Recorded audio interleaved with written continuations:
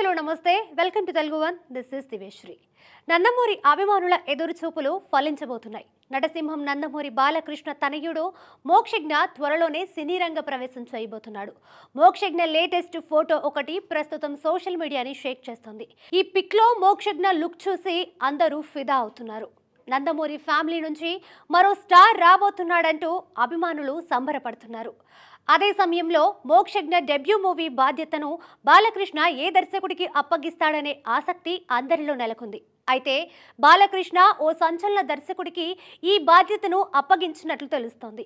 ఆ కల్కి, జాంబిరెడ్డి వంటి సినిమాలతో ప్రతిభగల దర్శకుడిగా పేరు తెచ్చుకున్న ప్రశాంత్ వర్మ హనుమాన్తో సంచలనం సృష్టించాడని చెప్పవచ్చు.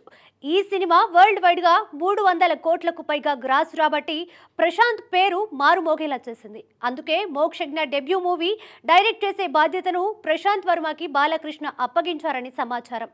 ప్రశాంత్ వర్మ బాలకృష్ణ మధ్య మంచి అనుబంధం ఉంది.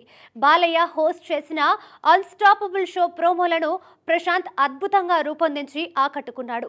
ప్రశాంత్ వర్క్ తో ఇంప్రెస్ అయిన బాలయ్య భవిష్యత్తులో అతనితో సినిమా చేస్తానని కూడా మాటిచ్చాడు. అయితే ఇప్పుడు ఎంతో ప్రతిష్టాత్మకమైన తన కుమారుడు మోక్షజ్ఞ డెబ్యూ ప్రాజెక్ట్ బాధ్యతను ప్రశాంత్ కి అప్పగించాడనే వార్త ఆసక్తికరంగా మారింది. ఇప్పటికే మోక్షజ్ఞ కోసం ప్రశాంత్ వర్మ ఒక కథను సిద్ధం చేసి వినిపించగా బాలయ్యకు ఎంతగానో నచ్చిందట. మోక్షజ్ఞ సైతం ఇంప్రెస్ అయ్యాడట. ఈ ప్రాజెక్ట్ లాక్ అయినట్లేనని, మోక్షజ్ఞ పుట్టినరోజు సందర్భంగా సెప్టెంబర్ 6న ఘనంగా లాంచ్ అయ్యే అవకాశం ఉందని అంటున్నారు.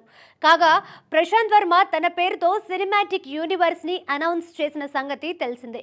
ప్రశాంత్ వర్మ సినిమాటిక్ యూనివర్స్ లో భాగంగానే హనుమాన్ వచ్చింది. ఇప్పటికే ప్రకటించిన అధీర, జై హనుమాన్ సినిమాలు కూడా ఈ యూనివర్స్ లో భాగంగానే రానున్నాయి. మరి ఈ మోక్షజ్ఞ డెబ్యూ మూవీ కూడా ఈ యూనివర్స్ లో భాగమవుతుందా లేదా దానిపై త్వరలో క్లారిటీ వచ్చే అవకాశం ఉంది.